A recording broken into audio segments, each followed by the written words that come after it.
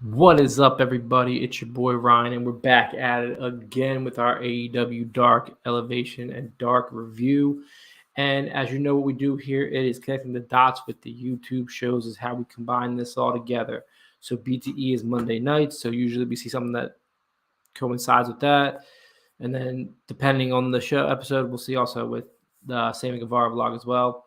This week, not as much connections here, but let's just run through the card real quick and the winners and losers and just talk about it. I think AEW has been listening to us or me or everybody. When I said something about, you have all these wrestlers that are signed, let's make the most of it and put those big matches on, use Dark Elevation and Dark, not only for obviously building, I meant listen to the whole community, by the way, but not only building your stars, and giving the enhancing talent some matches, but also using the stars you have because you have so much talent. Well, in Elevation this week, they surely did that. 90% of these matches were all with signed wrestlers that they currently have on their roster. So let's jump into it. So BTE brought up the Matt Hardy drug test again, saying they said how he passed, but we can't tell him that. I tasted the pureness in the urine last week, which was just hilarious when he said that.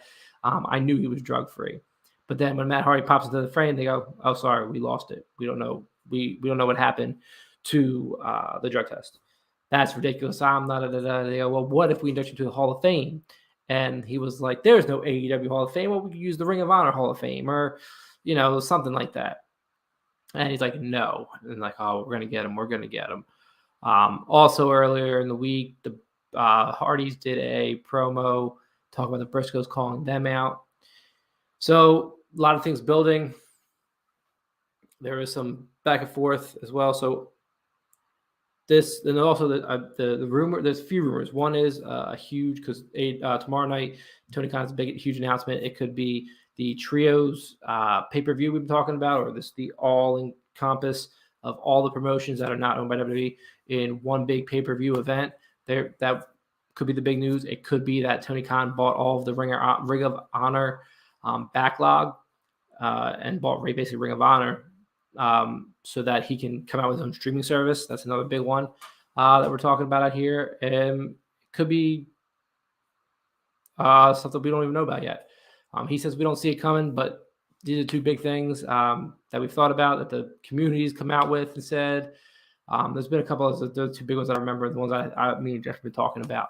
So I guess we'll see what that is. But that, I wouldn't say that because tying into Matt Hardy and Jeff Hardy, talk about the Hardy Boys come back together on the 12th. And then Jeff saying that he basically signed with AEW, kind of blown that in an interview. So we're going to see where this all lies in. We have one more week. March 9th is his when he's allowed to compete.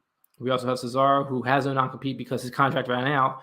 So we could see him on Dynamite on Wednesday. We could see him on Rampage on Friday. Or my guess is the ladder match on Sunday at the pay-per-view, because there are 7 contestants. Right now we have 5. I think we have a qualifying match on Wednesday or Friday. One of the 2 days, we definitely have one of the qualifying matches. So I'm just going to guess that the final surprise spot, I hope it is Cesaro. But we'll see. He may be in a surprise match I don't know about this week. We also have the Eliminator Tag Team match this week as well. So maybe taking up a lot of Dynamite time. So I say all this to get into the first match of Elevation, which is Jay Lethal taking on George Ole. This is the wrestler out of India who Matt Hardy took under his wing. He walks out with him. Jay Lethal won this match. But again, 2 signed stars. Great back and forth. It was a great wrestling match in general. And Jay Lethal comes out with the win. Now, maybe they will give it to George Ole. They're on Dark Elevation. They're not. You could. There's no saying you couldn't or could against this. Obviously, Jay Lethal, you would expect him to win this anyway. And also, one point I've noticed, the person who comes out second on Dark and Dark Elevation always win.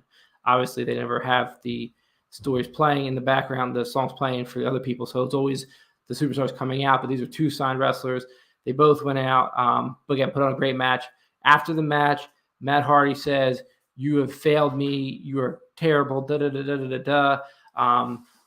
And the fans are all like, "Oh," and he goes, "I'm going to," and they all say it once, "Delete you if you fail me again." Again, building to, I think, what you're going to see, the separation of the AHFO and all of that. So that's where you're going with that. And Andrade's assistant also was there, basically saying, "Hey, Matt Hardy's crazy. We don't know what's going on with him. We need to tell him all this stuff." So you have that in the background. I think it's what's going to play into Sunday's Tornadoes 6-man tag match. That's what they call it, right? I was confused with the tags and the the 6-man tags when it's tag or 2-on-2-on-2 as opposed to 3-on-3s.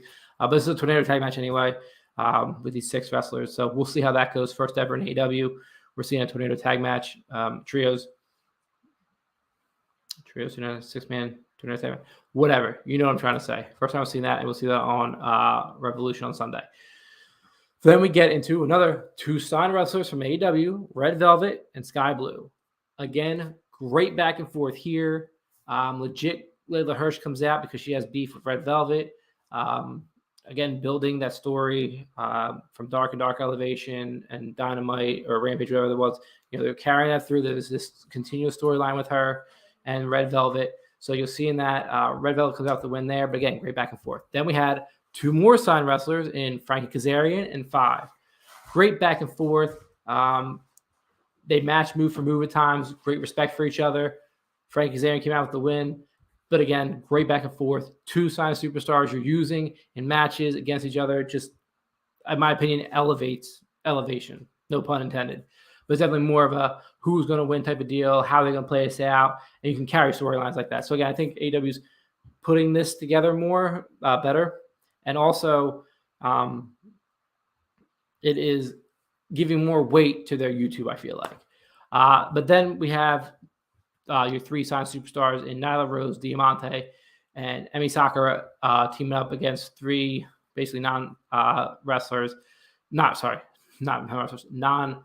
wrestlers in LMK, Paris Vandale, and then Kayla Sparks.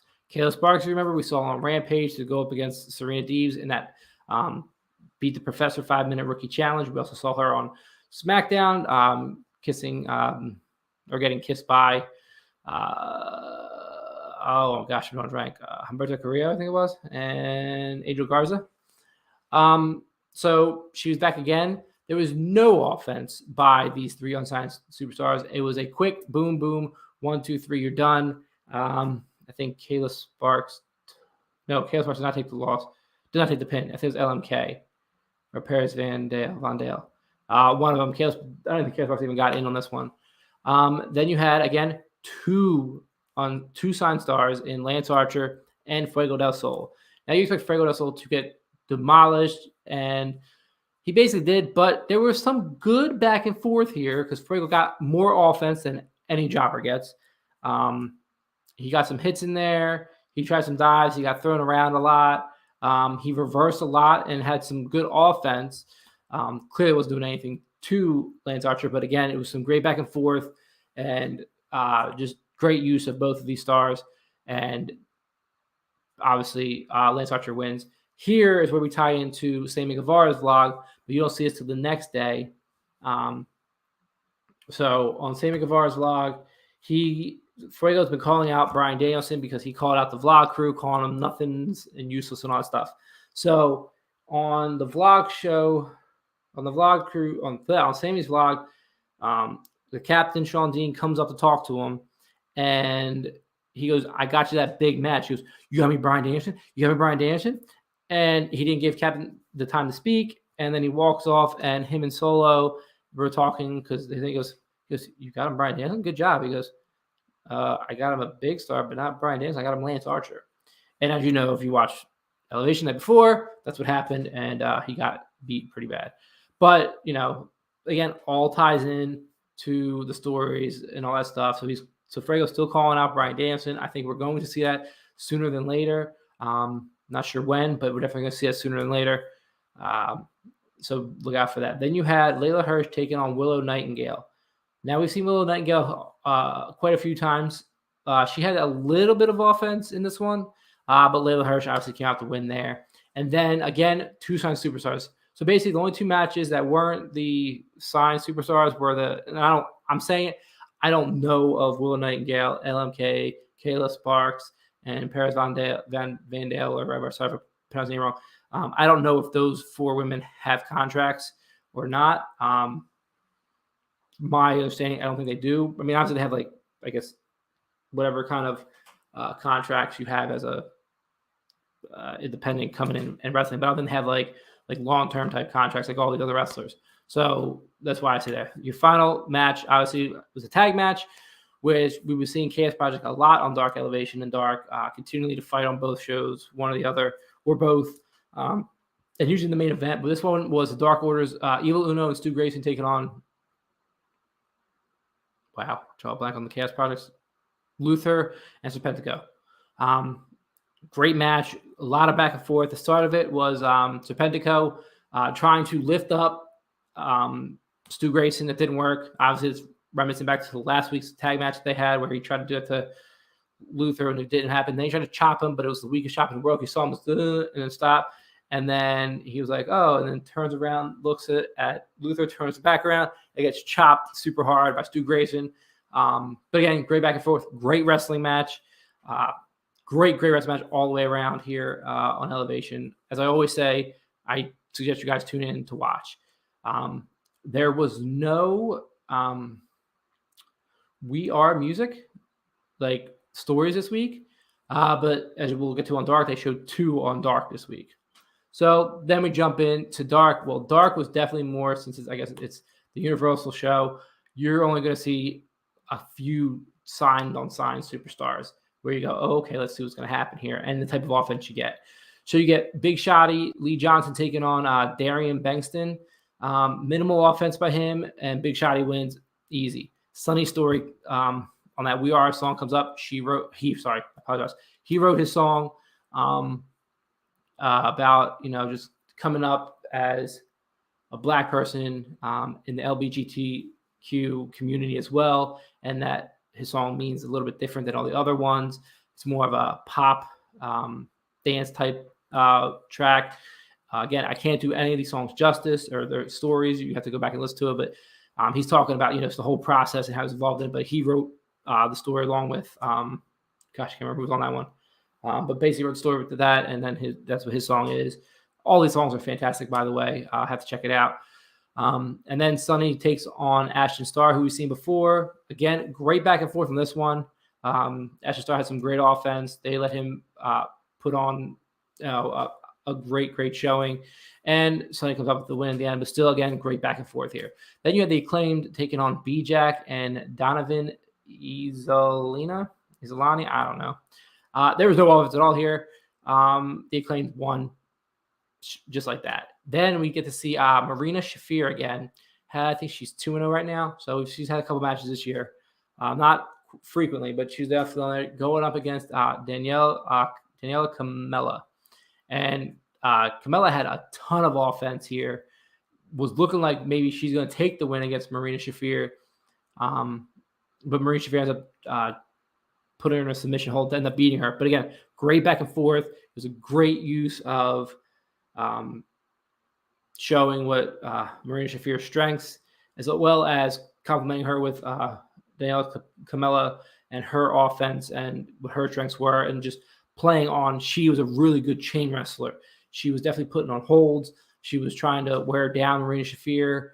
Great back and forth. Great storytelling in the ring with these two. I'm assuming we're not seeing Marina Shafir on TV yet, is because I'm assuming they're still building her character. They're building just her wrestling more, getting her more reps in, because she didn't have as a big wrestling stance in NXT as much. So she's just more of that bodyguard with Shayna Baszler and Jessamine Duke.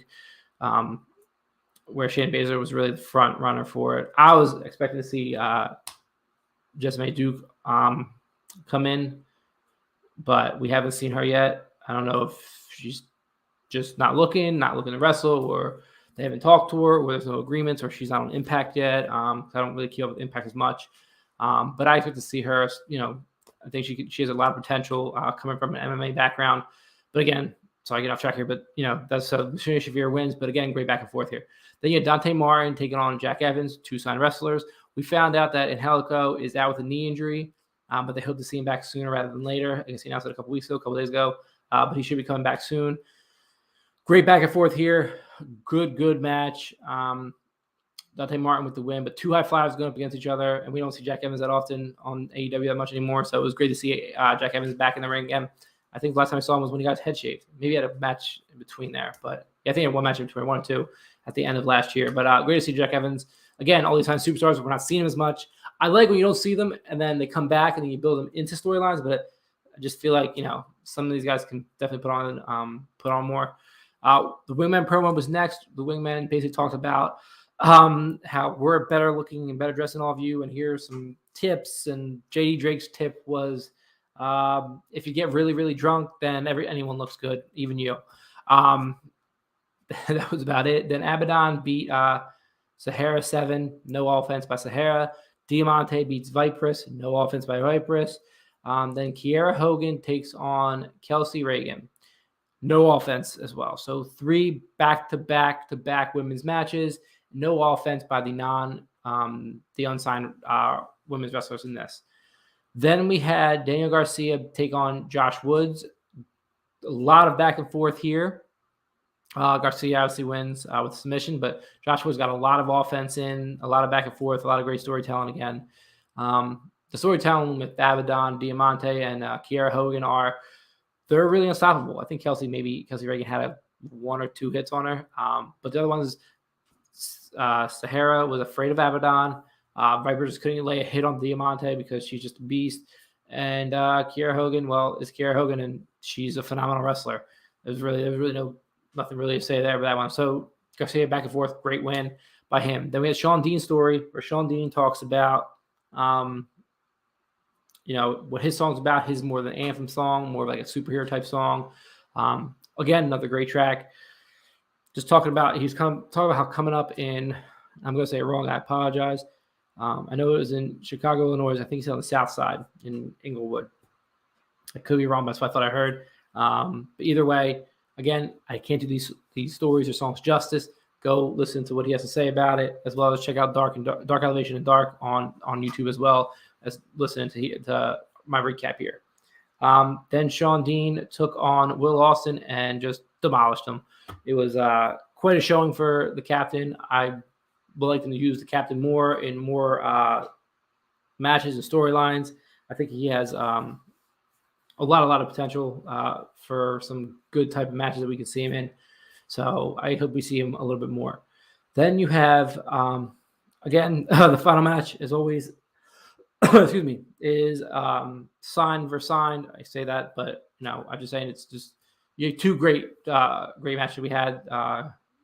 Actually, had a couple great matches on this one too.